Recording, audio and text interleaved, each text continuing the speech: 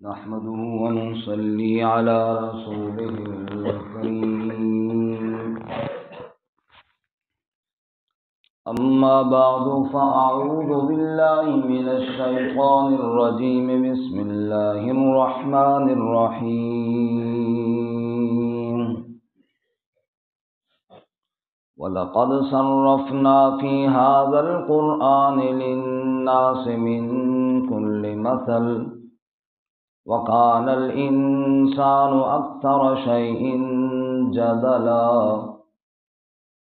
وما منع الناس أن يؤمنوا إذ جاءهم الهدى ويستغفروا ربهم إلا أن تأتيهم سنة الأولين أو يأتيهم العذاب قبلا وما نرسل المرسلين إلا مبشرين ومنذرين ويجادل الذين كفروا بالباطل ليدحضوا به الحق واتخذوا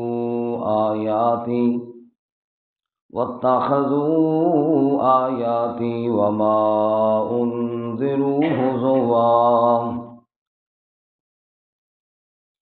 وَلَقَدْ صَرَّفْنَا فِي هَذَا الْقُرْآنِ، اور یقیناً ہم نے پھیر پھیر کر بیان کیا اس قرآن میں، للناس لوگوں کے لیے، من کل مثل ہر قسم کی مثالیں، وَكَانَ الْإِنسَانُ أَكْثَرَ شَيْءٍ جَدَلًا، اور انسان تو اکثر چیزوں میں جھگڑالو ہے.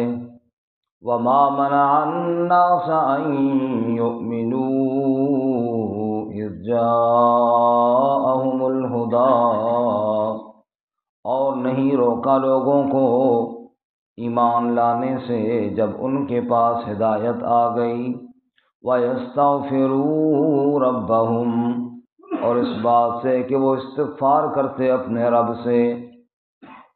الا ان تأتیہم، سوائے اس بات کے کہ آئے ان کے پاس سنت الاولین، طریقہ پہلوں کا، او یأتیہم العذاب قبولا، یا آئے ان کے پاس عذاب سامنے. وما نرسل المرسلین، اور ہم نہیں بھیجتے رسولوں کو، الا مبشرین ومنذرین، مگر خوشخبری سنانے والے اور ڈرانے والے بنا کر. وَيُجَادِلُ الَّذِينَ كَفَرُوا بِالْبَاطِلِ، اور جھگڑا کرتے ہیں وہ لوگ جنہوں نے کفر کیا باطل کے ساتھ. لِيُدْحِضُوا بِهِ الْحَقَّ، تاکہ ہٹا ڈالیں اس کے ذریعے حق کو. وَاتَّخَذُوا آیَاتِي، اور انہوں نے ٹھہرایا میری آیتوں کو. وَمَا أُنذِرُوا هُزُوًا، اور جس سے وہ ڈرائے گئے اس کو مذاق. سبحان ربک رب العزة عما یصفون وسلام علی المرسلین والحمد للہ رب العالمین. اللهم صل على محمد وعلى آل محمد كما صليت على إبراهيم وعلى آل إبراهيم إنك حميد مجيد. اللهم بارك على محمد وعلى آل محمد كما باركت على إبراهيم وعلى آل إبراهيم إنك حميد مجيد. معزز سامعین، سورۃ الکہف کا 8واں رکوع، آیات نمبر 54، 55 اور 56 تلاوت کیے ہیں. اللہ رب العزت ان کے مطابق صحیح بیان کی توفیق عطا فرمائے، آمین، اور ہمیں قرآن و سنت پر عمل کرنے کی توفیق عطا فرمائے، آمین. اس سے قبل آپ پچھلے اسباق پر غور کریں تو کفار اور مشرکین کے سوالات کے جوابات، دنیا کی بے اثباتی، مومن اور کافر کی مثال، روز محشر بارگاہ الہی میں پیشی کا ذکر اور شیطان کی دشمنی کا بیان، یہ ساری چیزیں واضح کیں۔ اور اس کے بعد آج کے سبق میں فرمایا کہ دیکھو ہم نے کس طرح قرآن مجید میں پھیر پھیر کر آیات بیان کر دی ہیں۔ اب اگر کوئی نہ سمجھنا چاہے اور کوئی ضد پر اڑا رہے، اس کی اپنی شومی قسمت، ورنہ اللہ تعالیٰ نے سمجھانے میں کوئی کمی نہیں چھوڑی۔ اور قرآن مجید میں جو تصریف آیات ہے، مطلب ایک بات کو کئی دفعہ بیان کرنا، مختلف پہلوؤں سے بیان کرنا، مختلف دلائل سے بیان کرنا، مختلف مثالوں سے واضح کرنا، یہ قرآن مجید میں کئی جگہ موجود ہے۔ تو اللہ رب العزت فرماتے ہیں، لوگو وَلَقَدْ صَرَّفْنَا فِي هَذَا الْقُرْآنِ لِلنَّاسِ مِنْ كُلِّ مَثَلٍ، یقیناً ہم نے پھیر پھیر کر بیان کیا اس قرآن میں لوگوں کے لیے ہر مثال کو۔ ہر مثال ہم نے، جیسے کہ گزشتہ سے پچھلے سبق میں ہم نے پڑھا، دنیا کی زندگی کی مثال اللہ تعالیٰ نے دی کہ جیسے خشک زمین پر بارش برستی ہے، پھر سبزہ ہو جاتا ہے، پھر کٹ جاتی ہے، ایسی دنیا کی زمین بھی ایک دن ختم ہو جائے گی، کائنات ساری مٹ جائے گی۔ اسی طرح اللہ رب العزت نے مشرکین کو سمجھانے کے لیے مثال دی، ضرب لکم مثلا من انفسکم هل لکم مما ملکت ایمانکم من شرکاء فیما رزقناکم فانتم فیہ سواء تخافونہم کخیفتکم انفسکم۔ لوگو، تم میں بعض ایسے بھی ہوتے ہیں جو مالدار اور امیر لوگ ہوتے ہیں، پھر وہ اپنے خدمتگار، ملازم اور نوکر اور خادم رکھتے ہیں۔ کبھی ایسا ہوا کہ بڑیرے لوگوں نے اپنے ملازمین کو اپنی ساری جائیداد میں شریک بنا دیا ہو؟ کبھی کوئی نہیں ہوا، نہ کوئی کرتا ہے۔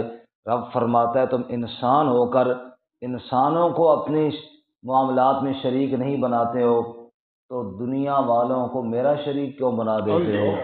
کس طرح اللہ تعالیٰ نے مثالیں دے دے کر بات کو سمجھایا۔ اسی طرح اور کئی مثالیں قرآن مجید میں، اللہ تعالیٰ یہی فرما رہے ہیں، وَلَقَدْ صَرَّفْنَا فِي هَذَا الْقُرْآنِ مِنْ كُلِّ مَثَلٍ، ہم نے مثالیں دے دے کر تمہیں سمجھایا ہے۔ واضح طور پر مثال سے چونکہ بات جلدی سمجھ میں آتی ہے، اس لیے اللہ تعالیٰ فرماتے ہیں ہم نے مثالیں دے دے کر تمہیں سمجھایا ہے، لیکن وَكَانَ الْإِنسَانُ أَكْثَرَ شَيْءٍ جَدَلًا، انسان کے مزاج میں، اکثر لوگوں میں جھگڑالو پن زیادہ ہوتا ہے، بحث مباحثہ کرنا زیادہ ہوتا ہے، ماننے کی طرف کم جاتے ہیں، عمل کی طرف کم جاتے ہیں، بحث مباحثہ، آپس میں جھگڑا، اور بعض مسائل تو ایسے کہ جن میں جھگڑا تو خیر کسی میں فائدہ کوئی نہیں ہے، لیکن بعض میں تو بالکل فضول ہے کہ ان میں جناب جھگڑا کر کے اور اپنی ساری صلاحیتیں ان میں، توانائیاں ان میں ضائع کر کے اور پھر بیٹھے رہتے ہیں۔ وَكَانَ الْإِنسَانُ أَكْثَرَ شَيْءٍ جَدَلًا، اکثر چیزوں میں بحث مباحثہ، جھگڑا، ان چیزوں میں انسان پڑا رہتا ہے۔ اللہ ہمیں اس سے محفوظ فرمائے۔ آمین۔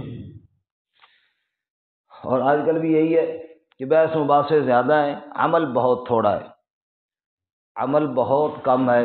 ہر موضوع پر، ہر مسئلے پر بحث مباحثہ کا ایک بازار گرم ہے۔ اللہ تعالیٰ اس سے نجات نصیب فرمائے۔ آمین۔ وَكَانَ الْإِنسَانُ أَكْثَرَ شَيْءٍ جَدَلًا، قرآن نے اللہ تعالیٰ فرمایا وَجَادِلْهُمْ بِالَّتِي هِيَ أَحْسَنُ، اے میرے نبی صلی اللہ علیہ وسلم احسن طریقے سے جھگڑا کیجیے۔ مطلب یہ ہے اگر کسی کو بات سمجھانی ہو تو دلائل کے ساتھ بات کیجیے، باقی جھگڑا بغیر دلیل کے اور بغیر اصلاح کے ہو، بس ایک جناب بازار گرم کر دیا جائے، اس کی سخت ممانعت ہے۔ جیسا کہ سوال کرنے کی بڑی فضیلت ہے، فَاسْأَلُوا أَهْلَ الذِّكْرِ إِن كُنتُمْ لَا تَعْلَمُونَ، اگر تمہیں کسی چیز کا پتہ نہیں ہے تو وہ پوچھ لیجئے، سوال کر لیجئے، لیکن وہ سوال اس وقت ہے کہ جب علم میں اضافے یا عمل کی نیت سے کیا جائے۔ اور اگر اگلے کو نیچا دکھانے یا بحث کے لیے کیا جائے تو قرآن میں ہی ہے، یا ایھا الذین آمنوا لا تسألوا عن اشیاء ان تبد لکم تسؤکم، ایسے سوالات مت کرو کہ جناب تم خود مشقت میں پڑ جاؤ۔ تو معلوم ہوا سوال کرنا ایک اچھا کام ہے، لیکن اس وقت جب عمل کی نیت ہو، اس وقت کہ جب علم میں اضافے کے لیے کیا جائے، اور اگر اس لیے کیا جائے کہ اگلے کو پھنسا لیا جائے اور اگلے کو جناب نیچا دکھانا ہے اور بحث میں اس پر غالب آنا ہے، اس سوال کرنے کا بھی کوئی فائدہ نہیں ہے۔ اسی طرح ہمارے بزرگوں میں حضرت تھانوی رحمۃ اللہ علیہ کے بارے میں یہ بات مشہور ہے، اگر کوئی بندہ جا کر مسئلہ پوچھتا، کوئی مسئلہ بھی، مثلا نماز کے بارے میں، روزے کے بارے میں، وہ آگے بڑے پیار سے پوچھتے، بیٹا یہ مسئلہ آپ نے پہلے کسی عالم سے پوچھا ہے؟ کہتا جی پوچھے۔ فرمایا تو عمل کرنا، پھر کیوں خواہ مخواہ؟ سمجھ آئی؟ جو پہلے پوچھا ہوا ہے اس پر عمل کر، انہوں نے ٹھیک بتایا ہوگا۔ اور اگر وہ کہتا جی نہیں کوئی نہیں پوچھا، فرمایا پھر یہ ہے، پھر اس پہ عمل کرنا ہے، یعنی ایک ادھر اور پھر ادھر اور پھر جناب خواہ مخواہ وہ شغل بنانے کا فائدہ نہیں ہے۔ مقصد یہ ہے کہ عمل کے لیے بندہ سوال کرے، عمل کی نیت سے کرے، جذبے سے کرے، پھر تو ہے فائدہ۔ اور ویسے جناب یہ کیا کہتا ہے اور وہ کیا کہتا ہے، اور پھر جناب ایک بحث اور شغل، اس کا کوئی فائدہ نہیں ہے۔ آج کل سوشل میڈیا بھرا پڑا ہے انہی بحثوں کے ساتھ، اور سوائے اس کے کہ امت کے افراد ٹکڑے ٹکڑے ہوئے، تقسیم ہوئے، فائدہ کچھ بھی نہیں ہوا۔ اکثر جتنے اختلافات ہیں وہ یا تو فروعی ہے، مسلمانوں کی بات کر رہا ہوں، مسلمانوں کی جتنی جماعتیں ہیں، فروعی کے معنی چھوٹے اختلافات، جس میں کوئی اعتبار، مثال کے طور پہ ہاتھ کہاں باندھنے ہیں نماز میں، یہ ایک فروعی مسئلہ ہے۔ اور ایک آدمی کہتا ہے میں ہاتھ باندھتا ہی نہیں ہوں، تو اس نے باندھی ہی کوئی نہیں ہے سرے سے، نماز پڑھ لی ہے، پوچھیے مفتیان سے، نماز پہ کوئی سجدہ صاحب لازم نہیں ہوا، کوئی سجدہ صاحب لازم نہیں، مسلک بیچ میں اتنا ہی صحیح ہے، بحث کتنی لمبی چھڑی ہوئی ہے، سمجھ آئیے کہ جناب بات ختم میں ہونے پہ نہیں آتی۔ یہ کہتے ہیں فروعی مسائل جن میں الجھنا نقصان ہے، فائدہ کوئی نہیں ہے، جن میں الجھنا نقصان ہے، فائدہ نہیں۔ کیا مطلب نقصان کا؟ کہ دیکھو دونوں کے پاس کوئی نہ کوئی دلیل ہے، ایک کے پاس ذرا مضبوط دلیل ہوگی، دوسرے کے پاس قوی ہوگی، جس کے پاس کمزور ہے وہ بھی اس دلیل کو بہتر سمجھتا ہے، وہ قوی سمجھ، میرے نزدیک وہ دلیل کمزور ہے، سمجھ آ رہی ہے نا؟ ہے دلیل دونوں میں، دونوں کی نیت یہی ہے کہ یا رسول اللہ صلی اللہ علیہ وسلم اور اسلام کی اتباع ہو جائے، ایک کے پاس دلیل ذرا کمزور ہے، دوسرے کے پاس ذرا مضبوط ہے، اب میں کیا کروں گا؟ دوسرے کی بالکل نفی کر دوں گا، تو وہ جو روایت ہے، وہ جو ہے اس کا میں انکار کر دوں گا۔ انکار کرنا جرم ہے، اور عمل سے اگر رہ جائے تو کوئی جرم نہیں ہے۔ اب جب میں شدت میں آؤں گا تو کیا کروں گا؟ دوسری روایت کا کروں گا، انکار کروں گا، تو نتیجہ کیا نکلے گا؟ کہ مسئلہ اتنا تھا نہیں، لیکن انکار کرنے کی وجہ سے میں مجرم بن گیا، انکار کرنے کی وجہ سے میں کیا مجرم۔ تو اکثر اختلافات ہمارے کیا ہیں؟ آپس میں مسلمانوں کے جو ہیں وہ فروعی اختلافات ہیں، اور پھر جب چیز عوام میں آ جاتی ہے، یہ چیزیں تو درسگاہ میں پڑھنے پڑھانے کی ہوتی ہیں، لیکن عوام میں جب آئیں، اسٹیجوں پر جب آئیں، تو پھر نزاع اور جھگڑے کا باعث بن گیا۔ اس سے اللہ ہمیں نجات نصیب فرمائے۔ بعض چیزیں انتظامی امور کی ہیں، بعض اختلافات انتظامی امور کے ہیں۔ مثلا ایک جماعت کہتی ہے کہ درس و تدریس کے ساتھ امت کی اصلاح ہونی چاہیے، یہ سب سے افضل طریقہ ہے۔ دوسری جماعت کہتی ہے نہیں، جہاد کے ساتھ تلوار اٹھا کر یہ افضل طریقہ ہے۔ ایک جماعت کہتی ہے کہ نہیں، ہر میدان میں بندے کا کام ہونا چاہیے، یہ سیاسی جماعتوں میں اور اس میں بھی دین کی محنت ہونی چاہیے۔ یہ اختلافات کیا ہے؟ انتظامی ہیں۔ چاہتے تینوں لوگ یہی ہیں کہ یار دین کا کام ہونا چاہیے، ایک نے یہ راہ اختیار کیا، ایک نے یہ راہ اختیار کیا، تو میرے نزدیک یہ راستہ بہتر ہے، وہ نہیں ٹھیک ہے، لیکن مقصد تو ان کا بھی یہی ہے نا، لہذا میں ان کے مقصد کی عزت کروں اور احترام کروں، اور اس اختلاف سے اپنے آپ کو نکالنے کی کوشش کروں۔ یہ چیزیں جو ہے نا، پھر انسان کو اگر یہ فکر لگ جائے تو پھر بڑی مفید، ہم سارے ایک دوسرے کے معاون بن جائیں، جتنے بھی دین کے شعبے ہیں، دعوت و تبلیغ کا ہے، جہاد کا ہے، تدریس کا ہے، جب دوسرے کی عزت کریں اور سمجھیں کہ یار وہ کام بھی دین کا ایک شعبہ ہے، مجھے کرنا چاہیے تھا، چلو میں نہ کر سکا وہ کر رہا ہے، اور میں جو کر رہا ہوں وہ سمجھے کہ یار یہ بھی واقعی دین کا ایک شعبہ ہے جو میں نہیں کر سکا اور وہ کر رہا ہے۔ جب اس طرح مل کر کام ہو تو پھر کتنی خیر اور کتنی بھلائیاں ہیں۔ وَكَانَ الْإِنسَانُ أَكْثَرَ شَيْءٍ جَدَلًا، لیکن اس طرح مل کر خیر کی طرف بڑھتے کم ہیں، بحث اور جھگڑے میں زیادہ پڑ جاتے ہیں۔ نتیجہ کیا نکلتا ہے کہ بس وہ جہاں سے چلے تھے وہیں پر کھڑے رہتے ہیں، آگے ترقی نہیں ہوتی۔ اللہ مسلمانوں کو اتحاد نصیب فرمائے۔ آمین۔ آگے اللہ تعالیٰ فرماتے ہیں وَمَا مَنَعَ النَّاسَ أَن يُؤْمِنُوا إِذْ جَاءَهُمُ الْهُدَىٰ، اکثر لوگوں کے پاس ہدایت گئی تو وہ ایمان کیوں نہیں لائے؟ اللہ فرماتے ہیں دو وجہ سے، یا تو وہ یہ چاہتے ہیں کہ جیسے پہلی امتوں پر عذاب آیا ہمارے اوپر بھی عذاب آئے، یا تو اس انتظار میں ہیں، یا وہ یہ چاہتے ہیں کہ جیسے ان کو ٹھوکر لگتی رہی نا تھوڑا تھوڑا اللہ تعالیٰ دباتا رہا، ہمیں بھی دبائے تب ہم مانیں گے۔ فرمایا کہ کتنے نادان، ہدایت اللہ کی طرف سے ہی قبول کرو۔ فرمایا وَمَا مَنَعَ النَّاسَ أَن يُؤْمِنُوا، اور نہیں روکا لوگوں کو ایمان لانے سے، اِذْ جَاءَهُمُ الْهُدَىٰ، جب ان کے پاس ہدایت آ گئی، وَيَسْتَغْفِرُوا رَبَّهُمْ، اور اپنے رب سے استغفار کرنے سے نہیں روکا، إِلَّا أَن تَأْتِيَهُمْ سُنَّةُ الْأَوَّلِينَ، مگر اس بات نے کہ ان کے پاس آ جائے پہلوں کا طریقہ۔ پہلے لوگوں کا طریقہ کیا تھا کہ اللہ تعالیٰ ان کو تھوڑی تھوڑی آزمائشوں میں ڈالتے تھے کہ شاید وہ توبہ کریں، جیسا کہ آل فرعون کے بارے میں آتا ہے، کبھی قحط سالی کا عذاب، کبھی طوفان کا عذاب، کبھی جوؤں کا عذاب، کبھی مینڈکوں کا عذاب، کبھی خون کا عذاب، کبھی ٹڈیوں کا عذاب، اس لیے کہ وہ توبہ کریں، لیکن جب وہ ایک عذاب ہٹ جاتا تھا وہ پھر اسی طرح باغی بن جاتے تھے۔ اللہ رحم فرمائے، جیسے آج ہماری حالت ہے، کبھی زلزلہ آ رہا ہے، کبھی بارشیں بند ہو رہی ہیں، کبھی بارشیں زیادہ ہو رہی ہیں، سیلاب آ رہا ہے، یہ چیزیں انسان کو سمجھانے کے لیے ہوتی ہیں۔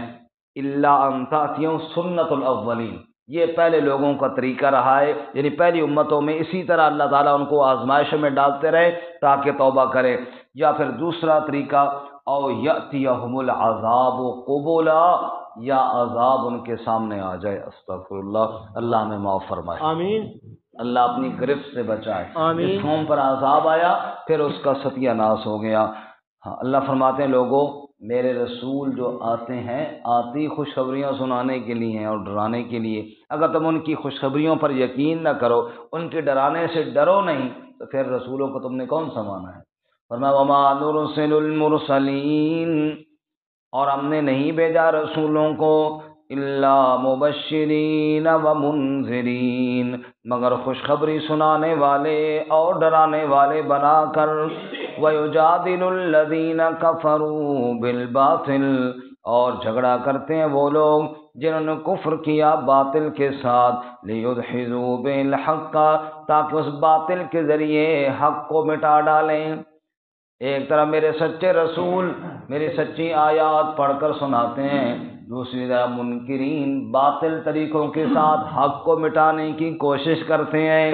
وَاتَّخَذُوا آیَاتِي وَمَا أُنذِرُوا هُزُوًا، اور میری آیتوں کو انہوں نے مذاق بنایا اور ہر وہ چیز جس سے وہ ڈرائے گئے، مثلا زلزلہ آیا، تباہی ہوئی، تو چاہیے تو یہ کچھ سمجھ عبرت حاصل کرے، مذاق یہ ہوا کہ وہاں سیرگاہ بنا لی، وہاں جناب سیرگاہ بنا لی اور جناب ایک شغل بنا لیا، نعوذ باللہ من ذالک۔ لوگ وہاں مدد کرنے کی جاتے تھے، انہیں لوٹنا شروع۔ جی بالکل ایسے ہوا، کئی جگہوں پہ وہ بیچارے خواتین مری ہوئی ہیں زلزلے اور سیلاب میں، تو ان کی جناب چوڑیاں اتاری جا رہی ہیں، بالیاں کھینچی جا رہی ہیں، اور یہاں تک بھی ہوا کہ انسانیت کے روپ میں ایسا درندہ بھی گیا کہ جس نے چوڑیاں اتارنے کی کوشش کی وہ نہ اتار سکا، یہ بھی خطرہ تھا کوئی بندہ نہ آ جائے، وہ بازو کاٹ کر لے گیا، نعوذ باللہ من ذالک۔ انسانیت کے روپ میں ایسے درندے، وَاتَّخَذُوا آیَاتِی وَمَا أُنذِرُوا هُزُوًا، اللہ تعالیٰ نے یہ بھیجا تھا کہ نصیحت حاصل کریں، عبرت حاصل کریں، وہ بجائے عبرت حاصل کرنے کے اور بگڑ گئے۔ اللہ تعالیٰ فرماتے ہیں پھر نتیجہ کیا نکلے گا؟ کہ آخر میرا عذاب آ کر ان کو تباہ و برباد کرے گا۔ اللہ تعالیٰ ہمیں توبہ کی توفیق عطا فرمائے۔ وآخر دعوانا